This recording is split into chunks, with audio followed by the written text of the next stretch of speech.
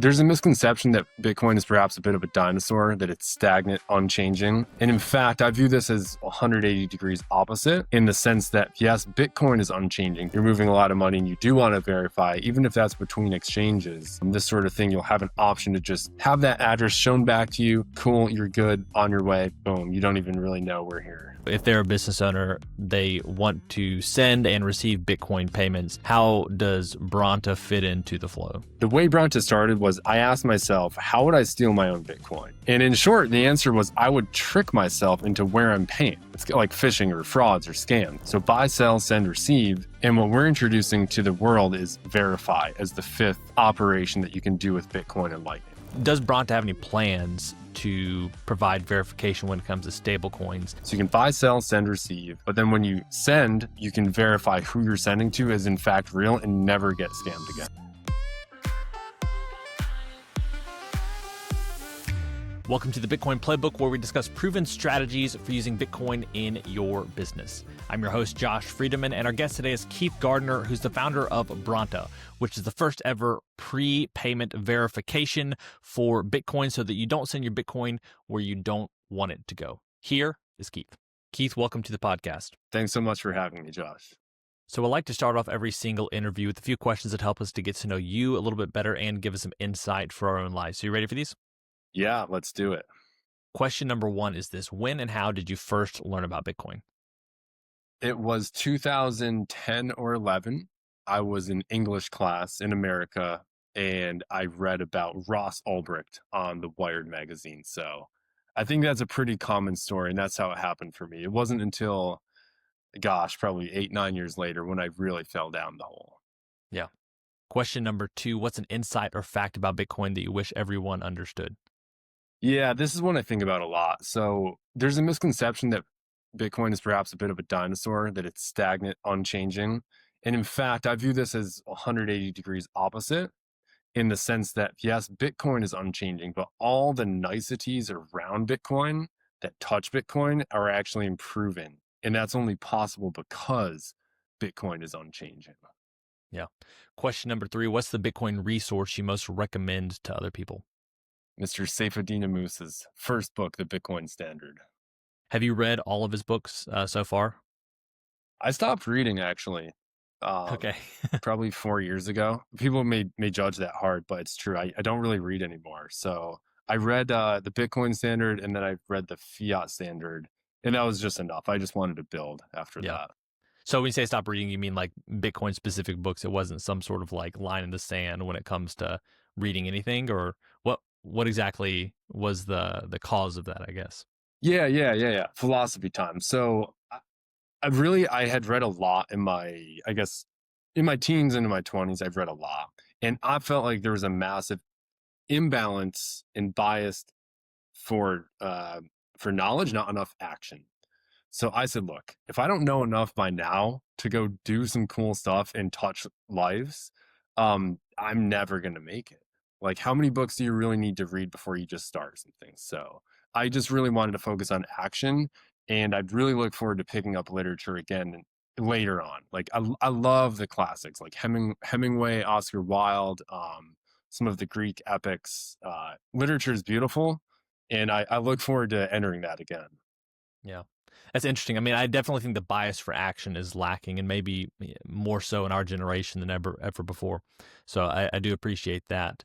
I love learning, but if you don't ever put it in action, it really doesn't count for all that much. Question number 4 is this: beyond Bitcoin, what's a resource, tool, or idea that's been helpful to you or your work recently? I mean, I think collaboration is good, like other people, I would say. So maybe that's a shortcut answer, but like other good people are probably the best resource, right? In meaning like relationships, symbiotic relationships, where actually your incentives are aligned. And what I'm really saying is like a team working on a product. So, podcasts they're great because you have access to thoughts, but you cannot really interact with them and speak back. And you can't go, close deals or achieve technical milestones. But the best resource, honestly, is the people I work with right now. Now we have our final, what we call our arbitrary but insightful question, and is this: as a general life principle, is it better to ask why or why not? Yeah, I can't lie. So I just listened to your pod with Stephen Cole, and he said why not, and I agree with him for the reason of bias towards action that you don't achieve if you do why. Like if you do why, you often perhaps look inward or get very philosophical, which is great, and and maybe you can be the next Plato or Aristotle, maybe not. Maybe there's roles in life where you do want damage control, so maybe you're the type of person who's much more detail oriented, inward looking, organizational, perhaps less expansionary, more on the defensive. And then why is a great principle, right? So my personality leans much more towards offense, or expanding, building outwardly. That doesn't necessarily maintain the system. So perhaps to maintain a system you need to ask why. And I'm going to keep riffing here. So on the example of maintaining a system, you can think about Bitcoin the protocol, maintaining a system. Why change that system? With the Bitcoin the protocol, you actually want to be defensive, right? But if you're trying to achieve something different and you don't really need to worry about damage control as much, perhaps in the early days, or you just want to level up in your life, um, why not is the appropriate mindset. Hmm. Well, Keith, we're here today to talk about, I guess, something that is sort of a why not for you, which is your business, Branta. If you could break it down for us, what do you guys do and how are you helping businesses? Yeah, let's do it. So this is a fun one because we're still introducing ourselves, right? Um, so Bronta's new. Probably most listeners have not heard of it. Now, the way Bronta started was I asked myself, how would I steal my own Bitcoin? And in short, the answer was I would trick myself into where I'm paying. It's like phishing or frauds or scams, right? And the question, in short, really spiraled into how would I fix that forever? And so that's what Branta does. Branta lets you verify who you're paying is who you think you're paying. The way I think about Bitcoin as a currency, right, is there's kind of four core operations on it today. You can buy, sell, that's in relation to other currencies, and then you can send and receive, and that's in relation to the same currency of Bitcoin. So buy, sell, send, receive. And what we're introducing to the world is verify as the fifth operation that you can do with Bitcoin and Lightning. So you can buy, sell, send, receive, but then when you send, you can verify who you're sending to is in fact real and never get scammed again. That's our mission. So, is this something that primarily businesses will want to use, or is this something that you would have on the personal side as well? Yeah, it's a bit of both. And it's actually a really interesting dance. Now, our core customer set are businesses. So Bronta really serves businesses who let their customers touch and interact with Bitcoin. I think one of the questions here is you mentioned on your website you have both on chain and Lightning. So, how does Branta differ for the two, or is it essentially the same process? I'm not as familiar with the interface, but you're certainly using two very different types of payment when it comes to on chain versus Lightning. Yeah, so we could get really, really technical and talk about like cryptographic assurances and kind of our model around that. Um, we could also talk about just like the human side. I usually just lean towards the human side for these sorts of combos, and feel free to lead wherever you want. How I think of Bronta in verifying payment is if you go to Stake and Shake, who now accepts Bitcoin over Lightning, I believe with Tri-Speed, you probably don't really care that much about verifying a $20 burger payment for your family or yourself or whatever. However, when you are moving hundreds of dollars or thousands of dollars worth of Bitcoin, you do probably want to check that you're sending to the right place. So on chain is definitely a clear use case. Lightning is as well as the network scales. So I think there is some level. I wouldn't say this is a highly technical podcast, and I'm speaking not necessarily for the listener, but primarily for myself. That said, I think understanding a little bit about how it works would be useful for listeners. So if they're a business owner, they want to send and receive Bitcoin payments. How does Bronta fit into the flow? Yeah, so great question. There's a technical integration to support Bronta. And then once the business is running Bronta, what happens is that all the users of that business, so say this is a payment gateway, um, now the whole business can offer to their customers a way to double check that the addresses are legit. And the real use case there is like, it's great to send a really clean, nice invoice with different payment methods to somebody. But currently there's no unified way to let people verify or double check that address against any other source. And so for this use case, in fact, Lightning and on-chain are they're very similar, right? It's basically you're checking that this string, this Bitcoin address or the Lightning invoice, if it's bolt 11, matches what you think. And so, yeah, it's nice for a number of reasons, right? Like technically, if you're getting man in the middle, you now have a way to check that, whereas before you never did. Yeah. So if a company's using it, is Branta checking that information for them, or is it leading the user to verify the information for themselves? There's always that kind of that dance. You used that term I think a moment ago. That dance between trusting or verifying and not trusting. But then also at the same time, like part of the issue is you want some assistance so that you don't make that mistake. Yeah, that's a great question. And so so the answer is that Bronta is generally unopinionated on that, and that is up to the platform. So we as a business provide the tools that businesses can adopt to either optionally like enable verification or to actually enforce the verification. Now, we don't want to impose our rule sets and actually block payments, and our design doesn't really permit that. We're much more focused on empower the user at home and protect the business, such that the user can optionally choose to verify. And now, if the business feels that the use case for verifying is mandatory for the flow, so this could be like interbank transfers, this could be regulated spending accounts, this could be proprietary wallet software. Bronta does provide the tools to be used to actually block the payment. Now, that's not happening on chain. That's not happening at the Lightning protocol level. That's more at the application, like the software application level, and that would be very specific to the businesses. Because end of the day, we're Bitcoiners. We deeply respect the privacy and the peer-to-peer nature of Bitcoin. So one of the things you talked about earlier is the value of who you're working with and people who are working towards a common goal. So I'd be interested to hear a little bit about the early days of Bronta as far as how you've built out the team, who's involved, and some of those symbiotic relationships you found early on. Yeah, for sure. I mean, the first thing is that Bitcoiners are very passionate, right? And just to speak a little more, perhaps on the spiritual side, because I think like people are very motivated by different things, right? And a lot of people want to work in Bitcoin and are actually willing to perhaps, sacrifice a bit more fiat that they could be getting in the fiat world to work in Bitcoin. And that's actually a good trade, actually, numerically as well, right? Like if you enter Bitcoin, you get in the network, you start living and breathing it more. These people are very talented. They're very smart. They're often humble. So it's like if somebody enters Bitcoin and doesn't get like booted within the first year by showing their colors, like they're probably an amazing person or like a great person to work with in general. So the talent density is very high. There's a lot of alignment, so it's been very natural.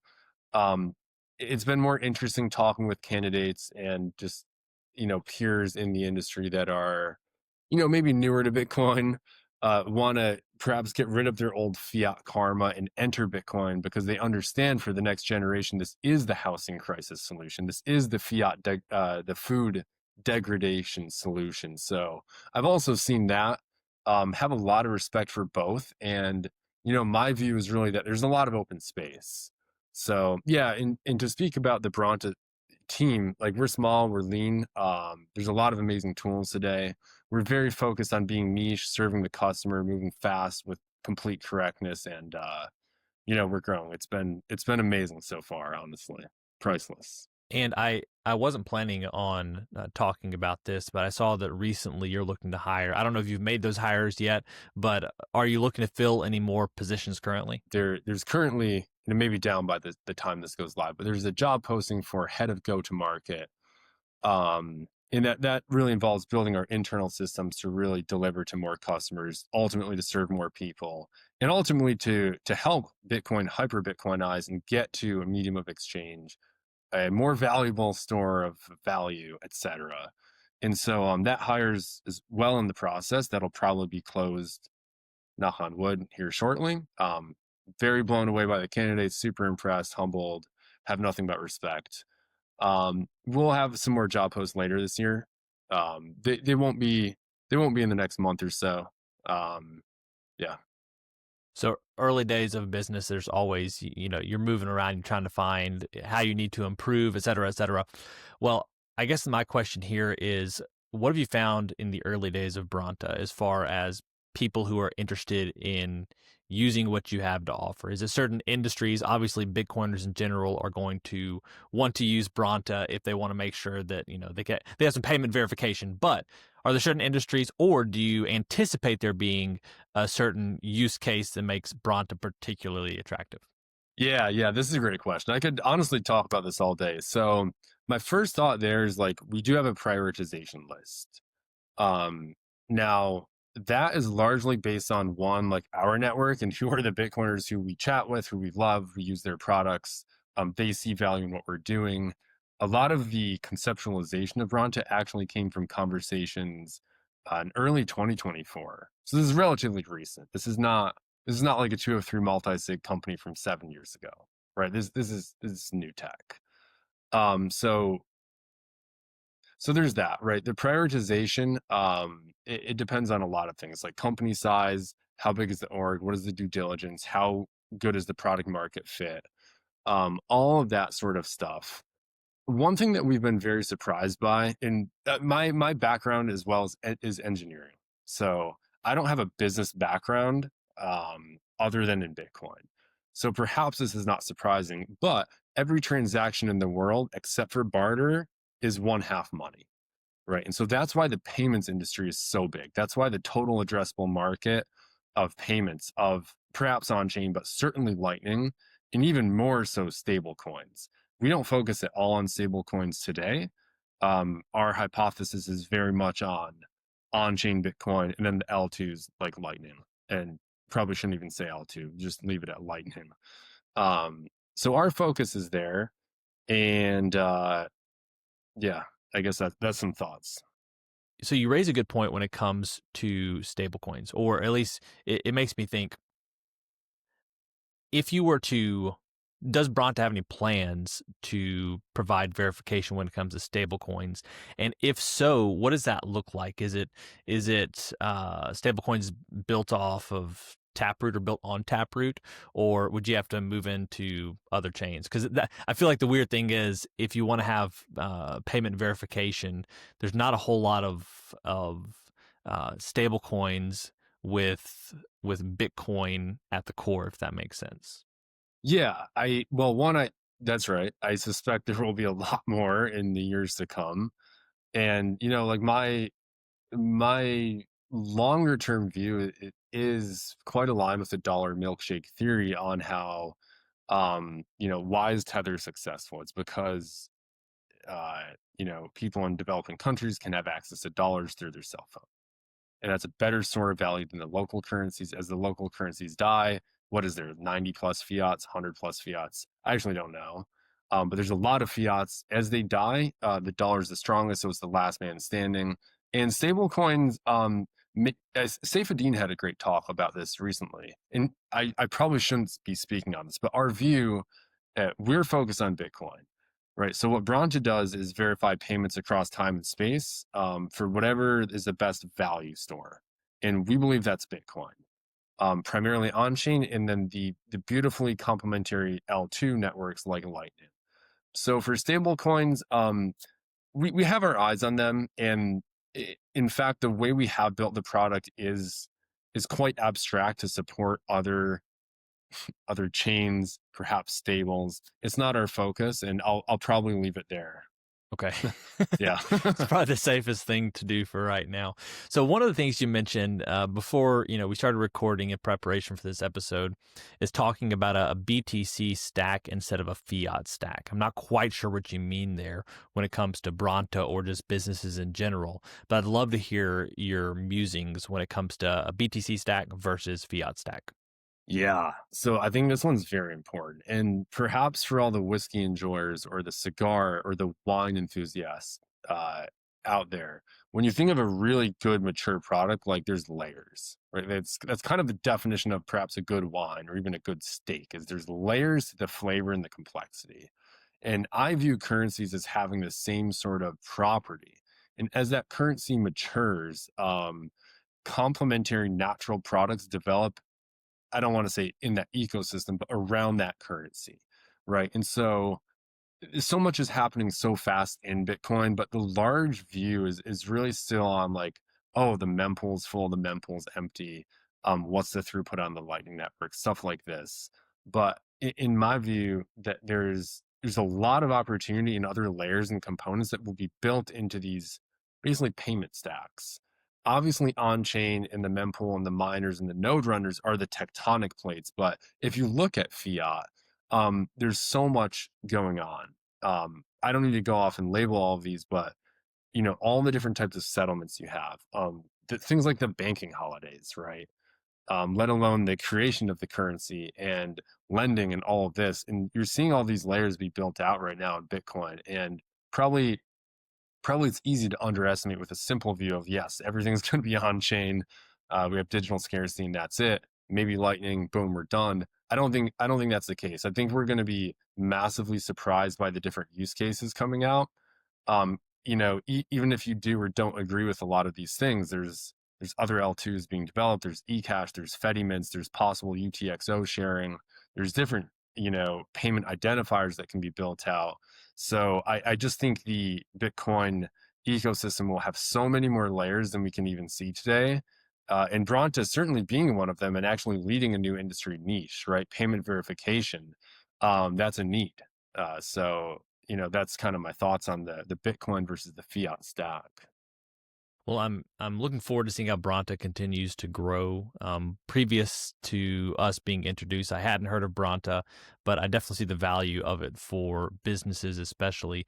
What are some final thoughts you would have for listeners and some places people can go to keep up with you and what Branta's doing as you continue to develop your products?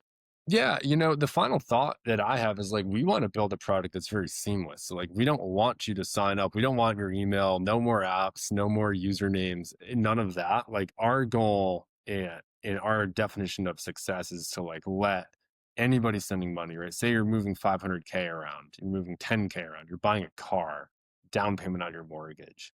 You should have a very frictionless, high confidence way to verify that, yeah, you're actually putting your down payment down to the right people.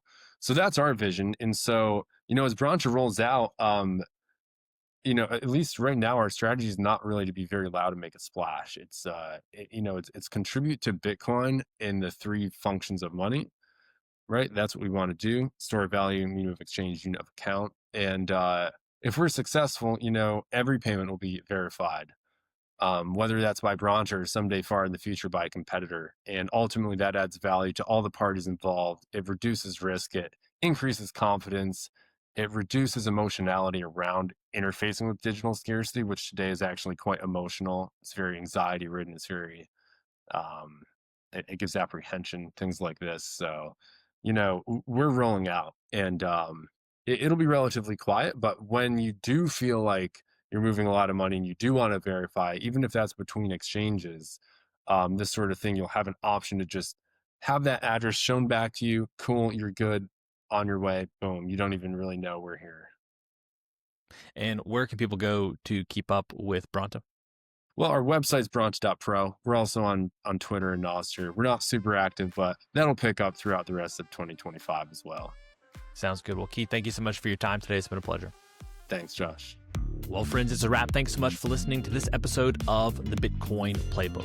If you want to reach out to either me or Keith, you can find those links down in the show notes. And if Branta sounds like it would be a good fit for your business, check out branta.pro. As always, keep building, keep growing, and until next time, keep living and leading well.